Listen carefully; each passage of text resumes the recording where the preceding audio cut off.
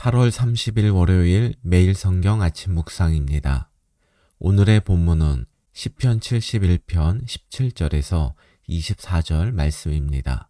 이 가운데 17절과 18절 말씀을 배우다 라는 제목으로 묵상하겠습니다. 첫 번째 소제목은 찔림을 받다입니다. 17절입니다.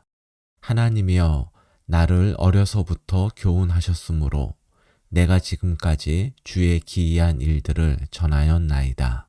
시인은 하나님께서 자신을 어려서부터 가르치셨다고 고백합니다. 하나님께 가르침을 받았다는 표현이 무엇을 의미하는지 정확하게 알 수는 없으나 아마도 가정에서 받은 신앙 교육을 가리킨다고 볼 수 있습니다. 그런데 여기서 중요한 것은 교훈이란 단어의 의미를 아는 것입니다. 그래서 오늘은 17절과 18절 말씀에서 교훈으로 번역된 히브리어의 의미와 하나님 말씀을 배운다는 말의 의미가 무엇인지를 살펴보겠습니다.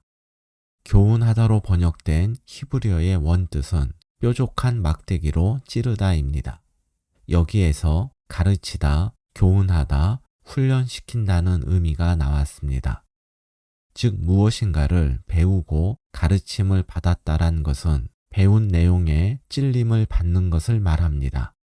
하나님으로부터 교훈을 받았다란 것은 부모님에게 성경을 배웠다란 뜻이 아니라 부모님을 통해 배운 하나님의 말씀에 찔림을 받아 자신을 돌아보고 점검했다란 뜻입니다. 이처럼 말씀을 배운다란 것은 말씀에 대한 지식 증가가 아니라 말씀에 찔림을 받는 것을 말합니다. 그런데 말씀에 찔림을 받는 것보다 더 중요한 것은 말씀에 찔림을 받은 후의 행동입니다. 사도행전 2장 37절입니다. 그들이 이 말을 듣고 마음에 찔려 베드로와 다른 사도들에게 물어 이르되 형제들아 우리가 어찌할꼬 하거늘. 사도행전 2장에는 오순절 성령 강림 사건과 함께 베드로의 설교가 나옵니다. 베드로의 설교를 들은 유대인들은 마음이 찔렸습니다. 하나님 말씀으로 자신을 돌아보니 자신들의 잘못이 떠오른 것입니다. 그래서 베드로와 다른 사도들에게 이제 자신들이 어떻게 해야 하는지를 물었습니다. 사도행전 2장 38절입니다. 베드로가 이르되 너희가 회개하여 각각 예수 그리스도의 이름으로 세례를 받고 죄 사함을 받으라. 그리하면 성령의 선물을 받으리니. 41절입니다. 그 말을 받은 사람들은 세례를 받음에 이날에 신도의 수가 3,000이나 더하더라. 사도행전 2장 38절과 41절을 보면 마음에 찔림을 받은 유대인들에게 베드로는 회개하여 세례와 죄사함을 받으라고 권면했고 이때 세례를 받고 초대교회의 일원이 된 인원이 3,000명이 넘었다고 나옵니다. 사도행전 7장 54절입니다. 그들이 이 말을 듣고 마음에 찔려 그를 향하여 이를 갈거늘. 사도행전 7장에는 스데반 집사의 설교가 나옵니다. 이 설교를 들은 이들 역시 마음이 찔렸습니다. 그런데 하나님 말씀으로 자신의 치부를 깨달았을 때 이들의 반응은 자신을 향한 한탄이 아니라 스데반을 향한 분노와 적개심을 표출하는 것이었습니다. 그래서 말씀에 찔림을 받은 유대인들은 그 자리에서 돌을 던져 스데반 집사를 죽였습니다. 하나님 말씀을 지식으로 아는 것만으로는 말씀을 배웠다고 말할 수 없습니다. 말씀을 기준 삼아 자신을 점검하고 찔림을 받는 것이 말씀을 배우는 것입니다. 그리고 그 찔림 때문에 인생의 방향을 하나님께로 돌이킬 때 그 사람은 하나님 말씀을 제대로 배운 것입니다. 만일 하나님 말씀에 찔림을 받는 것을 불편하게 여기고 말씀을 거부하고 적대시하고 또 가던 길을 계속 고집한다면 아무리 말씀을 많이 알아도 그는 하나님 말씀을 배운 것이 아닙니다. 매일 하나님 말씀을 묵상하는 것도 말씀에 찔림을 받는 시간이어야 합니다. 말씀에 찔려서 부족하고 불의한 우리 자신을 돌아보며 가슴을 치고 잘못된 방향을 바로잡는 것까지가 말씀을 묵상하는 것입니다. 묵상하는 말씀을 통해서 그리고 성경을 읽고 선포되는 말씀을 들을 때에 찔림을 받는 은혜와 그 찔림에 반성하고 잘못된 삶의 방향을 하나님께로 돌이키는 결단이 있기를 기도합시다. 두 번째 소제목은 보이다입니다. 17절을 다시 한번 읽겠습니다. 하나님이여 나를 어려서부터 교훈하셨으므로 내가 지금까지 주의 기이한 일들을 전하였나이다. 가정에서의 신앙교육을 통해서 하나님 말씀에 찔림을 받은 시인은 일관되게 주의 기이한 일을 전했습니다. 주의 기이한 일이란 그가 경험했지만 말로 다 설명할 수 없는 하나님 말씀의 능력과 하나님께서 베푸신 은혜를 말합니다. 말씀의 찔림을 받아 지속적으로 자신의 삶의 방향을 하나님께로 돌이켜온 시인은 자신이 경험한 말씀의 능력과 하나님의 은혜를 다른 사람에게 전하였습니다. 이처럼 말씀의 찔림을 받고 말씀으로 자신을 점검하고 인생의 방향을 하나님께로 돌이키는 사람은 다른 사람에게 말씀을 전하는 일을 소홀히 하지 않습니다.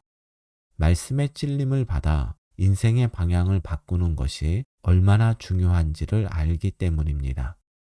하나님 말씀을 제대로 배우는 것은 말씀의 찔림을 받아 자신을 돌아보고 잘못된 길에서 돌이키는 것이라 말씀드렸습니다. 그렇다면 내가 찔림받은 말씀은 어떻게 전해야 할까요?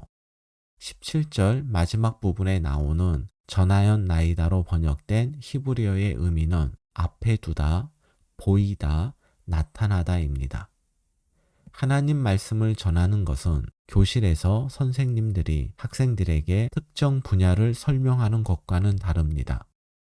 내가 먼저 말씀의 찔림을 받고 그 결과 변화된 내 모습을 상대방에게 보여주는 것입니다. 내가 경험한 말씀의 능력과 하나님의 은혜를 말뿐 아니라 삶으로 보여주는 것이 말씀을 제대로 전하는 것입니다. 하나님 말씀을 설명하는 단계에서 말과 행동으로 하나님 말씀을 보여주고 말씀의 능력을 경험케 하는 단계로 우리 믿음의 수준이 높아지기를 기도합시다. 세 번째 소제목은 전달하다입니다. 18절입니다. 하나님이여 내가 늙어 백발이 될 때에도 나를 버리지 마시며 내가 주의 힘을 후대에 전하고 주의 능력을 장래의 모든 사람에게 전하기까지 나를 버리지 마소서. 시인은 백발이 될 때까지 자신을 버리지 말기를 기도합니다. 이렇게 기도하는 이유는 18절 중간에 나오는 것처럼 내가 주의 힘을 후대에 전하고 주의 능력을 장래의 모든 사람에게 전하기 위함입니다. 하나님 말씀을 제대로 배운 사람으로서 말씀을 다른 사람에게 보여준다고 할 때 그 대상에는 지금 내 곁에 있는 사람뿐 아니라 우리의 후손들도 포함되어 있음을 잊지 말아야 합니다. 창세기 18장 19절을 새번역 성경으로 보겠습니다. 내가 아브라함을 선택한 것은 그가 자식들과 자손을 잘 가르쳐서 나에게 순종하게 하고 옳고 바른 일을 하도록 가르치라는 뜻에서 한 것이다. 그의 자손이 아브라함에게 배운 대로 하면 나는 아브라함에게 약속한 대로 다 이루어 주겠다. 하나님께서 갈대아 우르에서 살던 아브라함을 불러 당신의 자녀로 택하신 이유는 그가 하나님의 말씀을 자손들에게 잘 가르쳐서 그들이 말씀의 사람으로 살도록 하기 위함입니다.